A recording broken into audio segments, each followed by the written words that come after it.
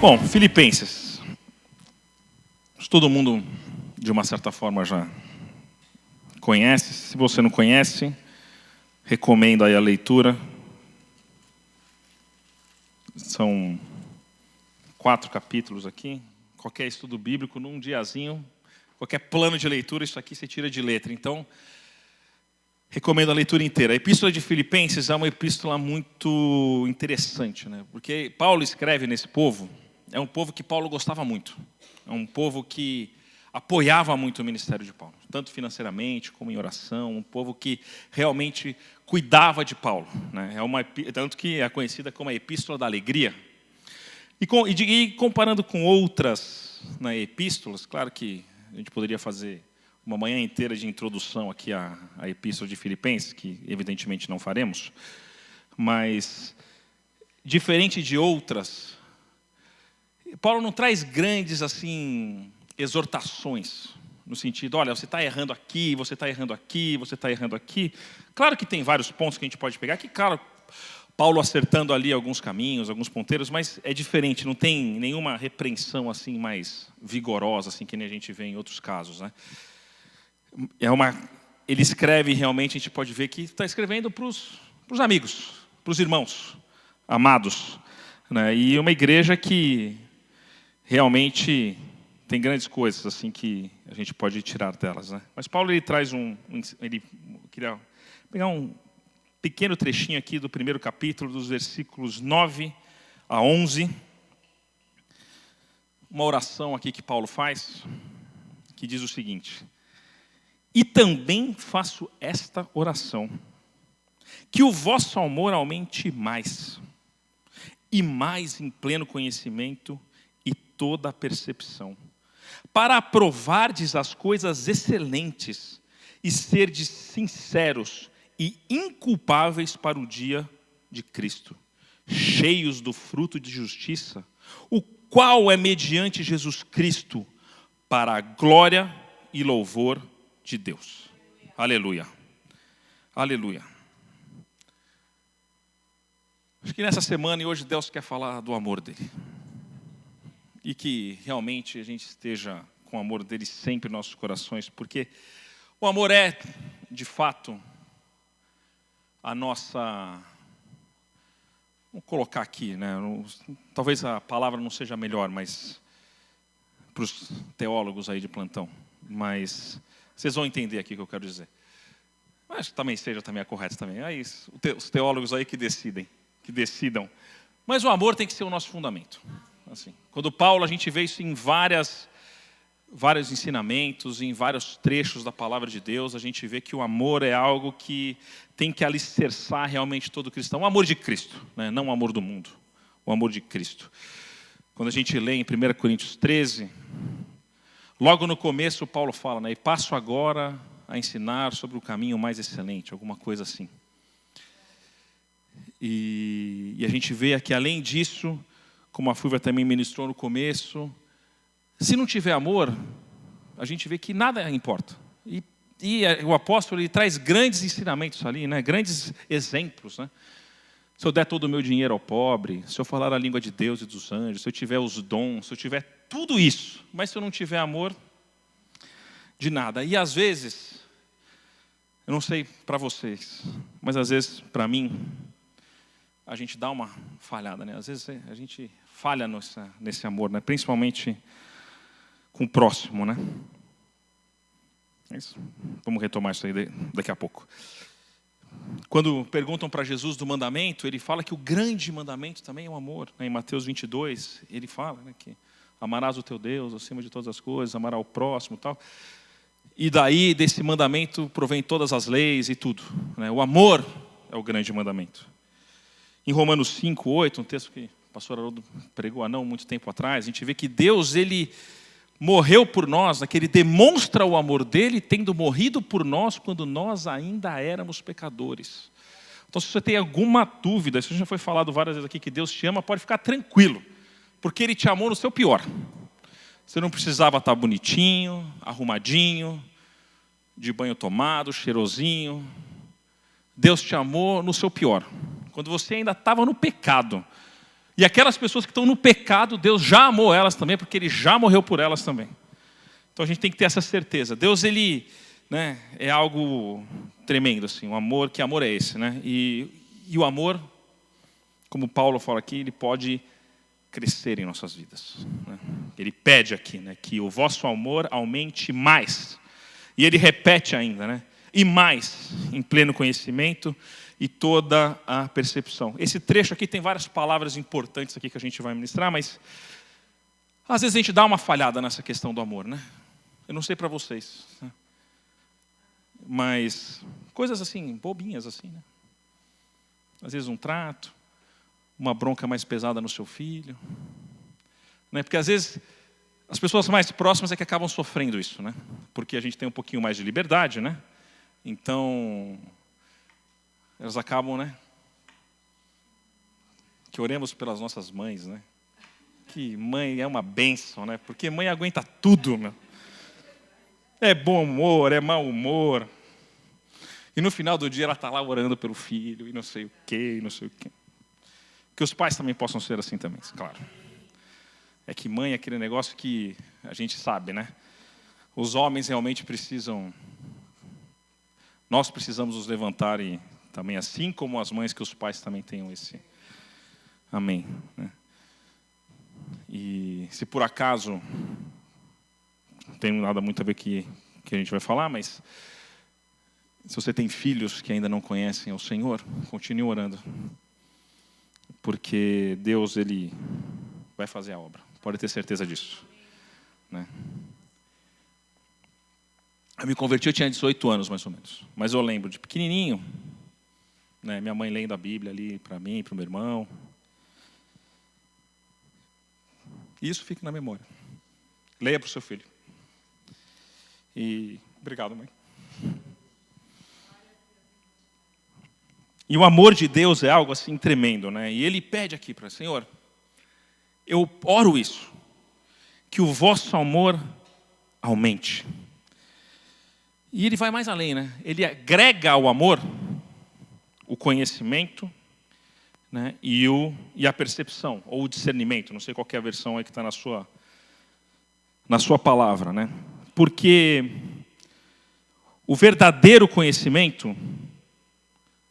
naturalmente, vai vir do amor de Cristo. Porque se a gente pegar na palavra, em 1 João, capítulo 4, versículo 8, vou pedir para o Eberson colocar. A gente tem uma frase muito conhecida, todo mundo fala.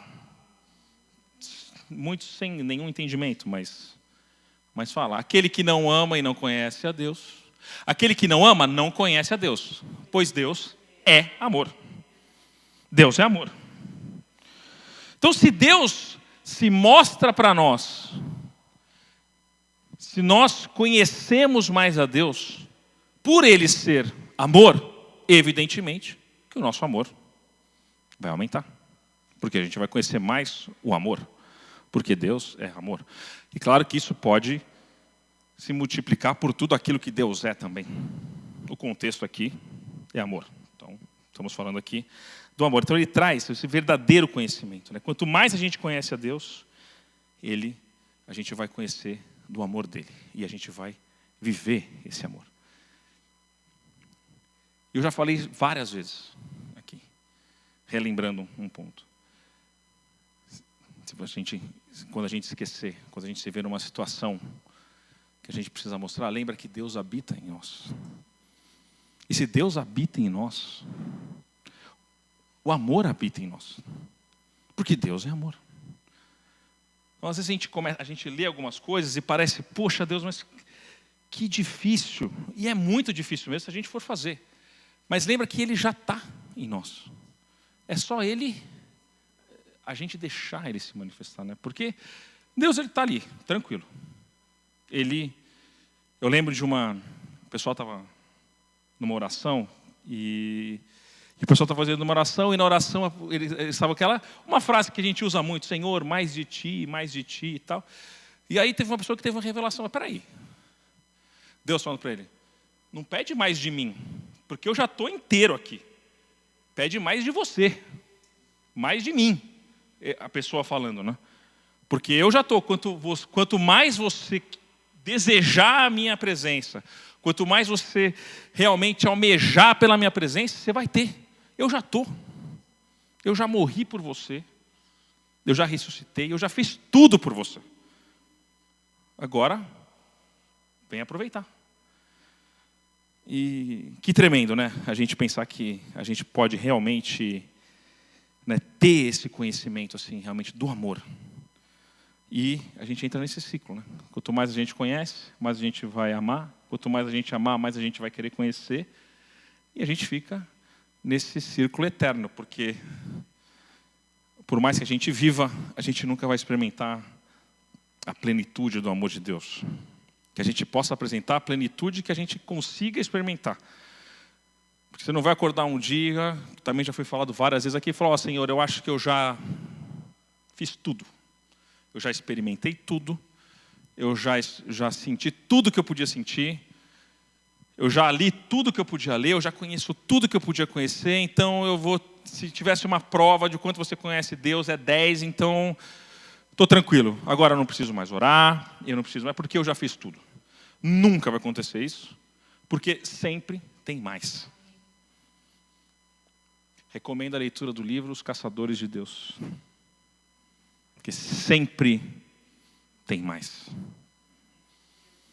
Sempre. Tem que ter mais. Tem que ter mais. Mas, enquanto a gente está na Terra, eu creio que a gente pode chegar aquilo que Deus permitir, que a gente possa chegar no máximo. Porque, claro, que no céu, né, a gente vai estar numa outra circunstância. Né, é outro plano. É outra realidade. Como o Haroldo falou, não vai ter tempo. E aí, literalmente, não vai ter tempo mesmo. Deus é eterno. Se Deus é eterno, não tem tempo. Não vai ter começo, não vai ter meio. É o começo do tempo que a gente nasceu, né? Mas não vai ter meio, não vai ter fim. É para sempre. Mas esse amor realmente que a gente possa buscar esse aumento do amor. A gente vai ver algumas coisas. E além do amor, ele fala também do discernimento, que isso anda junto, né? Da percepção, do discernimento, né? E isso, se a gente for pegar nesse texto aqui, essa palavra, está muito ligado à questão da iluminação divina. Se a gente for analisar aí na teologia, se você for ler, se você for fazer um seminário, se você já fez um seminário, ou se você lê algumas coisas, lá os teólogos eles separam as palavras revelação, inspiração e iluminação. No dia a dia, evidentemente, que a gente usa as três e não tem problema nenhum. Né? Tivemos algumas discussões ali nos seminários até, porque o pessoal criticava muito os pentecostais, porque eles usavam a palavra revelação, isso está errado. Não está errado, pode usar à vontade, porque Deus sabe. Né? Mas eles entendem que revelação é o ato de Deus se revelar.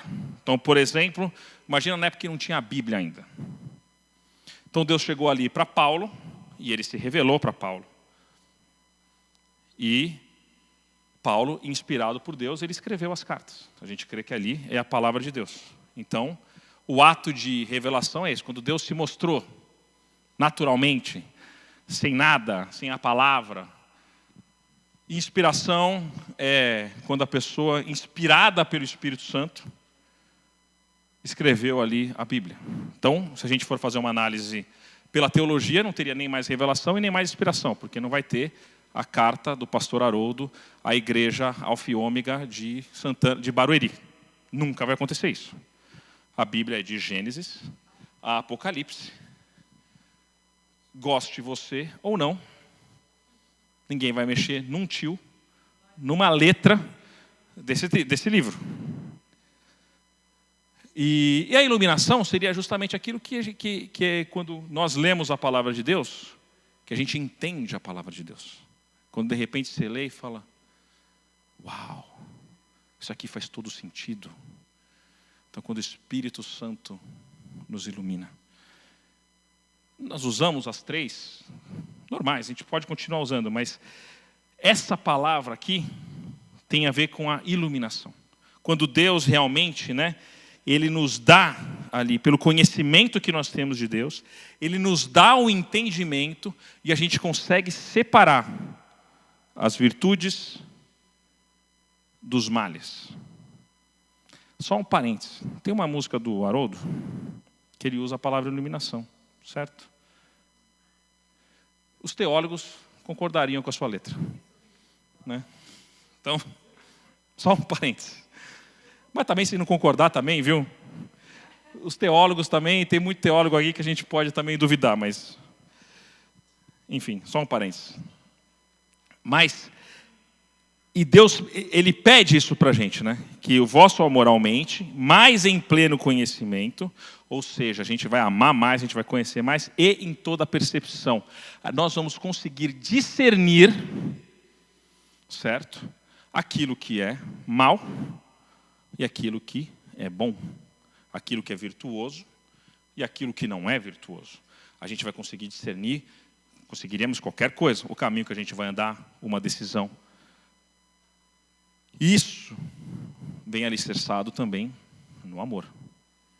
Que a gente possa realmente, a cada dia, ter essa percepção de a gente saber separar. E você pode ter certeza, no nosso dia a dia, quantas vezes Deus nos coloca em situações que nós temos que decidir. Pelo bem ou pelo mal. Eu não sei quanto a vocês, mas teve algumas vezes que eu já errei, viu? Por medo. Por medo, porque todo o resto vem do medo mesmo, Medo de ser mandado embora, o medo de chatear alguém, ou pelo simples fato, falou, quer saber, hoje eu não quero discutir, Deixa. Mas a gente tem que tomar uma posição na nossa vida. Às vezes é difícil. Mas em todo momento, a gente tem que escolher o bem. Mas o texto aqui, ele fala para a gente aumentar.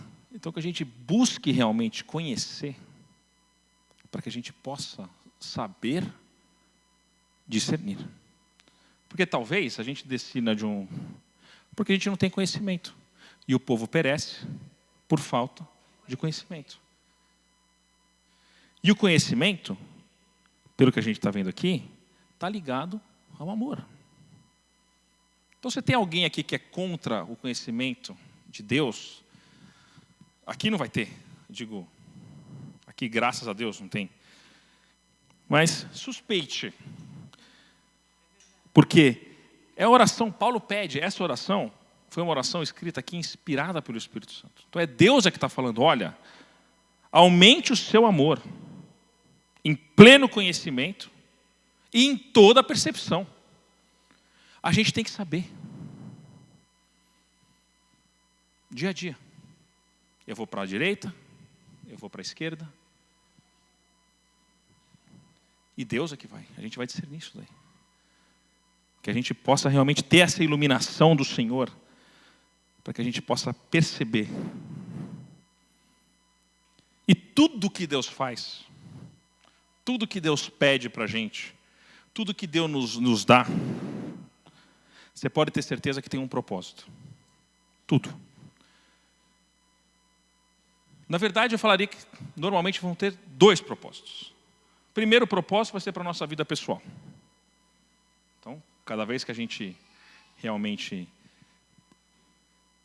cresce no Senhor, que a gente aprende alguma coisa do Senhor, que a gente aplica isso na nossa vida, Tiago 1:22, que a gente possa aplicar e não ser mero ouvintes da palavra. A gente tem um benefício próprio imediato, evidentemente, porque a gente está vivendo aquilo que Deus tem. E, normalmente, isso daí vai influenciar todas as pessoas ao nosso redor. Então, você tem um segundo propósito, que é, talvez um propósito mais imediato, que é você impactar as pessoas que estão ao nosso redor. Nós impactarmos as pessoas que estão ao nosso redor. Faz sentido? E a gente vê no versículo 10, falou, no versículo 9, também faça essa oração, que o vosso amor aumente mais e mais em pleno conhecimento e em toda a percepção, para,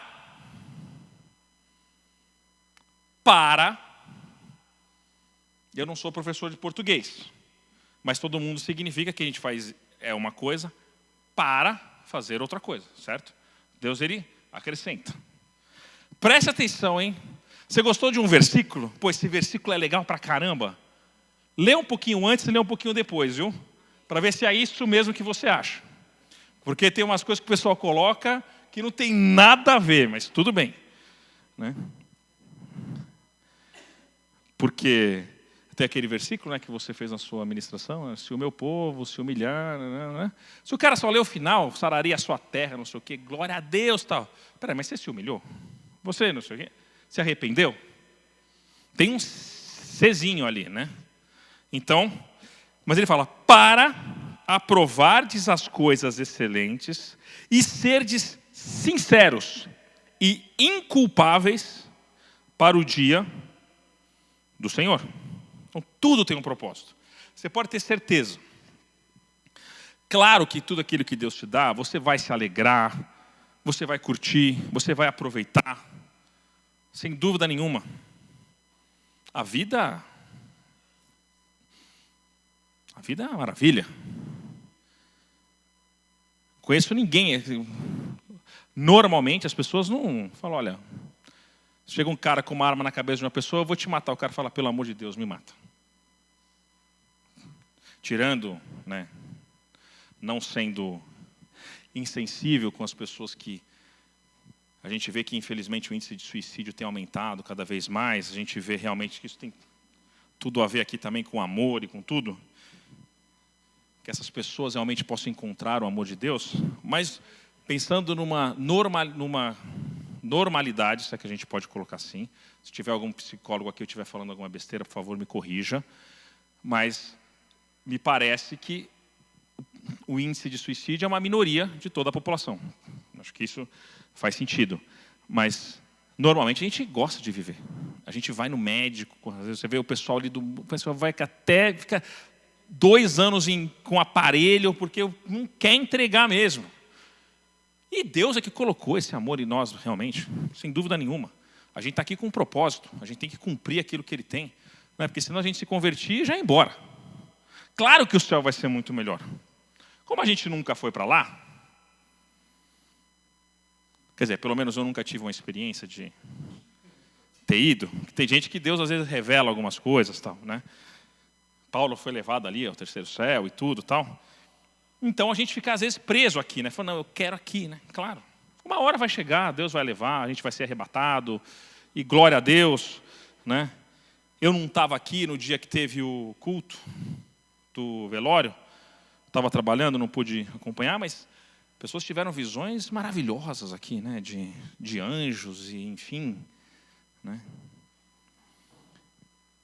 Mas a gente está aqui com um propósito, né? Então ele fala para a gente aumentar o amor, aumentar o conhecimento, aumentar a percepção, para aprovardes coisas excelentes, né? Esse aprovardes, essa palavra, se a gente fosse pegar ali o que ela quer dizer, ela dá a ideia do seguinte: pensa num metal precioso. Para você declarar, ó, esse metal aqui é precioso ou não é precioso, para você fazer essa análise, seria essa palavra, do aprovar-se. Então você olha e fala, ó, é ouro, pode usar. Não é ouro. Né? Para você atestar ali se algo é genuíno ou não, essa palavra aqui, aprovar-se, dá esse significado. Né? Então a gente, e evidentemente está muito próximo com o versículo anterior, né? Que a gente vai ter que aprovar-lhes ali o caminho, as coisas excelentes, né? E coisas excelentes, aquilo que é o mais nobre, né, da vida, o extraordinário, né, que a gente possa viver no extraordinário, não no ordinário, mas que a gente possa buscar realmente aquelas coisas que vão se destacar aí das coisas normais, ligadas a Deus, evidentemente, que a gente possa buscar isso, entender que Deus tem algo muito maior para nós, tem caminho mais excelente. A gente vê aqui no mundo muitas coisas, algumas coisas você pode falar, poxa, coisas boas, né? Pessoas que são caridosas, pessoas que fazem uma série de coisas, né? Mas com Cristo a gente pode andar num caminho muito mais alto, muito mais excelente, né? Realmente a gente possa trazer o céu aqui para a terra, né? Tem um livro que chama também, pode ler, Quando o Céu Invade a Terra também, é interessante, é legal, tem umas ideias interessantes ali, claro que nada substitui a palavra de Deus, nenhum livro aqui que indicado substitui a palavra de Deus, porque o livro pode ter erro, a Bíblia não.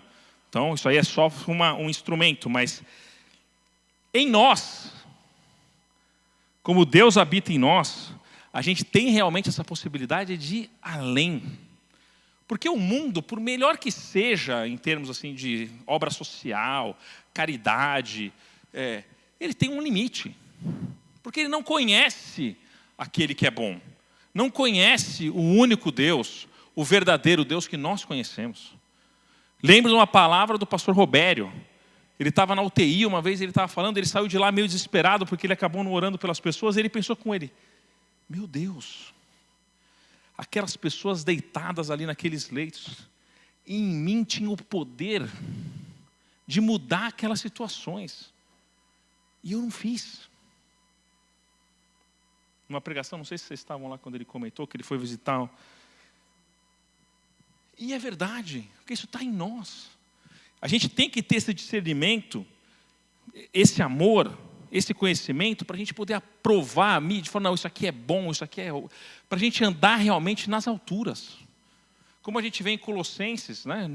Nosso Deus está no alto, nós somos do alto, você querendo ou não, se você já entregou a sua vida a Cristo, se você já se arrependeu dos seus pecados, Jesus Cristo é seu Senhor, nós somos cidadãos celestiais, forasteiros aqui na terra.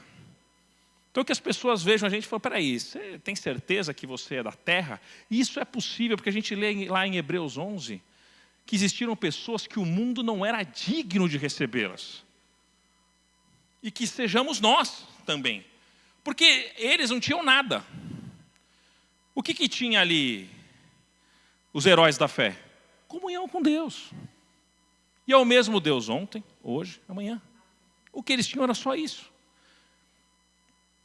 Agora, talvez o que eles tinham, que nós não temos, ou não temos ainda, ou o que nós temos e vamos manter, dependendo de qual fase que nós estejamos, é essa entrega. É para morrer? Então vamos.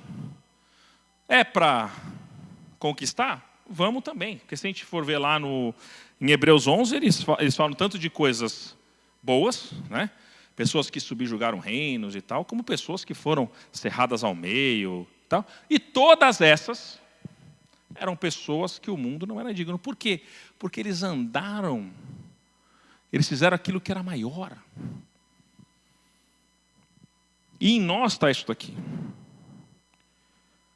A gente não tem que estar preocupado, né, Quando eu me converti, era moleque, quando eu estava pensando ali no ministério e tal.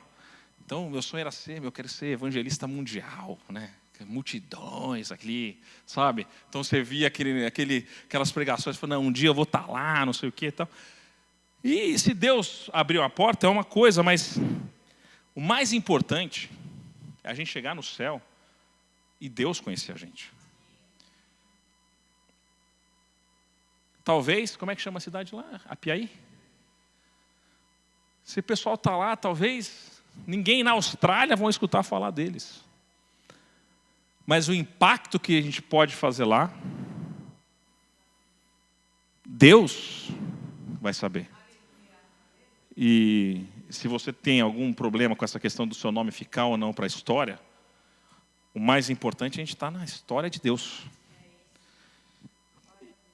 E quantos, né, anônimos ali não fizeram grandes coisas para o Senhor? Deus é que sabe. Se Ele permitir ali o reconhecimento, não sei. Tem um livro que fala, eu esqueci o nome, mas fala do filho pródigo e tal, e o autor do livro estava falando, será que quando eu chegar no céu eu vou ter o reconhecimento? Porque eu tive aqui na terra. E tem muitas pessoas que não foram reconhecidas na terra, mas vão chegar lá e Deus vai falar, olha, você cumpriu o teu propósito. E não tem nada mais importante do que isso. Porque Ele fez cada um de um jeito, cada um de uma forma, com um propósito. E todas essas pessoas, e tudo que a gente vê aqui, tal, eles andaram realmente ali, no mais nobre. Que a gente possa buscar isso, dia a dia. Se você pode olhar para trás e lembrar, nossa, aqui eu errei. Agradece a Deus que o Espírito Santo está te incomodando com isso. Porque Ele vai dar uma outra oportunidade. E a gente vai vencer. Que a gente possa realmente estar mais acima. Coisas excelentes. Que possamos ser, né, aqui fala, excelentes e serdes sinceros. Que a gente possa ser puro. Que a nossa motivação seja pura. Que a gente tenha uma vida realmente sem mácula. Que a gente possa, a cada dia, realmente arrancar qualquer influência que o mundo possa ter com a gente. Porque sem Jesus o mundo, apesar de a gente sabe que existem aí as profecias e tudo, Jesus vai voltar, Maranata, Senhor. A gente sabe que tem tudo isso. Mas não chega a ser, de uma certa forma, não vou falar que é engraçado, porque é triste. Mas a solução para o mundo é fácil. É Jesus. Todos os anseios das pessoas, toda a dúvida, todo o medo, qualquer coisa, Jesus ele pode chegar nessa situação e mudar completamente. Né? E o ser humano, mesmo o ser humano cristão, às vezes ele pega algumas coisas do mundo. Eu posso falar porque acontece comigo também. Você fala, mas Senhor, mas agora, tem que falar isso agora, é agora. Deus dá oportunidades. Ele dá oportunidades, que a gente possa aproveitar cada uma delas. Para realmente viver isso, a gente possa ter uma vida pura perante o Senhor. Tem um livro do John Wesley. É difícil de achar esse livro, muito difícil. É um livreto, na verdade, que chama A Perfeição Cristã. E no entendimento de John Wesley, que foi um grande avivalista lá de 1800, recomendo aí, tudo que você puder ler dele, por favor, leia, porque a Fúvia cita muito o George Miller. Eu sei que ela gosta de vários outros também, mas a vida de John Wesley me impactou muito, assim, né? E ele fala nesse livro que a perfeição cristã, ele não entra muito naquela questão do pecado ou do não pecado. E isso a gente pode fazer um seminário a respeito. Mas ele fala que aquele que é perfeito é aquele que tem o coração 100% puro. Pode até ser que ele possa errar de vez em quando, mas o coração dele é puro. Ele realmente faz aquilo achando que... E acaba errando, aí, talvez por falta de conhecimento, por maturidade, enfim, tal. Mas o coração puro seria a perfeição. Não sei, não tenho aí um entendimento, aí tenho as minhas elucubrações e tudo, tal, mas se a gente tiver um coração puro, realmente não vai fazer mal. Não tem, como diz o Haroldo várias vezes, não tem contraindicação. Você ter um coração 100% puro ao Senhor. Pelo contrário, mas que a gente possa realmente ter essa sinceridade com o Senhor. Ter uma vida pura, uma vida sem mácula, inculpáveis, né? Que a gente possa realmente chegar ao final da nossa vida, porque inculpáveis para o dia de Cristo, que seria o nosso final ali. Claro que o dia de Cristo a gente poderia também falar uma série de coisas, isso eu deixo para o pastor Haroldo ministrar com mais excelência, mas o dia de Cristo, que seria ali o final, talvez para algumas pessoas...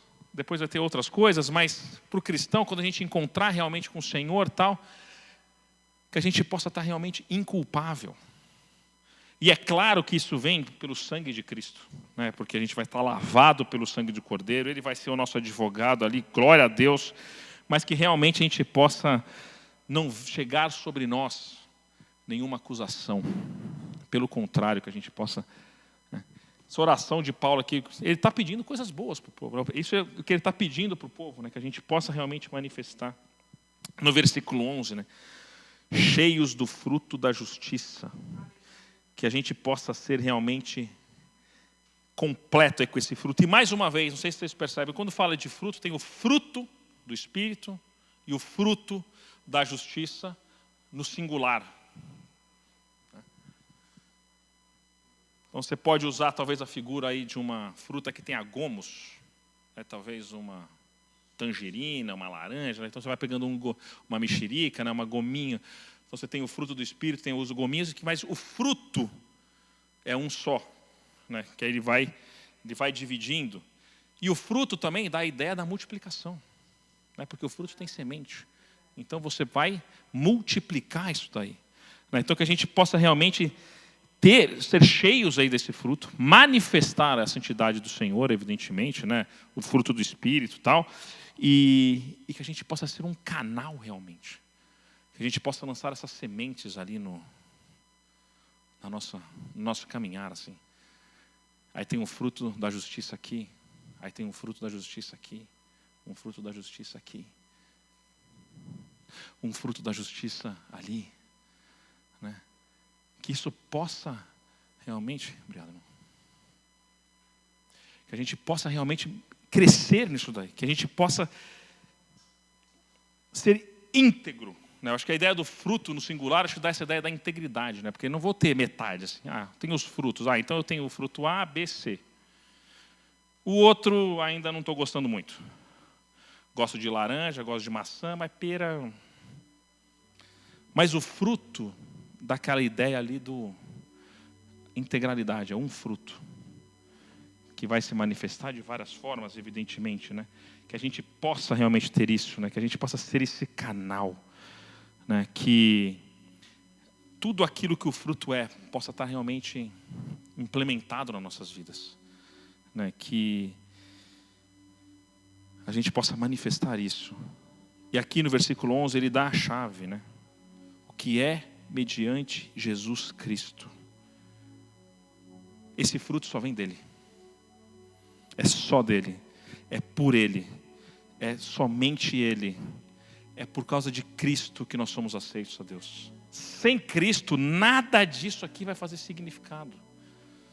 Por isso que o mundo tem uma limitação naquilo que ele pode fazer. Porque eles fazem sem Cristo. Mas com Cristo, né, não tem onde a gente errar. Com Cristo não tem como a gente errar. Tudo isso aqui, o amor, o conhecimento, a percepção, a gente andar nos caminhos mais altos, nós sermos sinceros, inculpáveis, a gente precisa de Cristo. É para Cristo, é por Cristo, é só por Ele. Não tem como a gente andar nesse mundo se a gente não tiver com a nossa vida totalmente entregue ao Senhor. É mediante a Ele. E isso tem que trazer para a gente até uma certa alegria, porque Deus ele faz. A gente pode olhar, poxa Deus, mas eu tenho que conhecer, eu tenho que amar, eu tenho que discernir, eu tenho que andar mais alto, mas sim. Só que presta atenção, irmão, não é na sua força, é por causa de Cristo, é mediante Cristo. Deus ele tira o peso. É Cristo que vai fazer. Que a gente possa realmente estar entregue. Chega a ser hilário um cristão carnal. Para não falar triste, deprimente. Você tem que falar para a pessoa, falar, você tem algum problema mental? Você conhece a verdade, você vai ser carnal. Tem algum... Está com um fio solto aí, alguma coisa. E de uma certa forma, irmãos, e desculpa aí talvez, se eu não estou sendo delicado, mas eu me coloco no meio também. Às vezes quando a gente erra, você fala assim, eu devo ter algum problema muito sério, meu. Porque eu já conheço a verdade.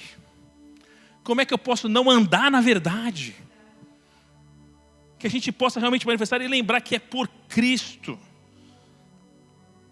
E para a glória e louvor dEle.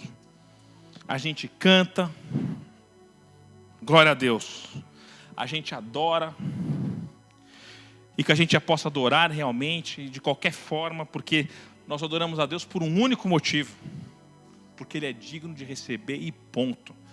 Se a gente está feliz, se a gente está triste, se a gente está com vontade de pular, se a gente quer chorar, se a gente quer ficar em posição fetal, qualquer coisa, Deus continua sendo Deus. E Ele é digno de todo louvor e de toda adoração. É por isso que a gente adora Ele. Claro que a música é legal. Deus dá dons aí para pessoas como Ele, para escrever, para cantar, para ministrar. Mas no fundo a gente só adora porque Ele é digno. Porque Ele tem todos os atributos que fala: Senhor, eu me prostro diante de Ti. E não importa, porque o Senhor é digno. Se você pensa numa figura ali de um cargo, você vai falar com o presidente de qualquer país, você tem normalmente um pronome de tratamento. Não é para a pessoa, é para o cargo.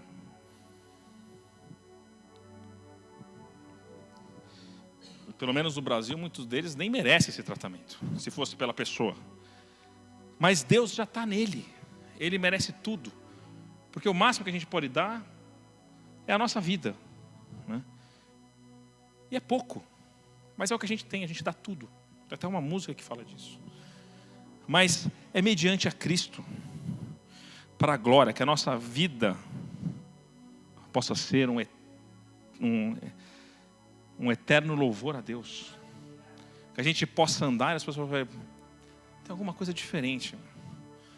Pô, o Paulão gosta do Deus dele, cara.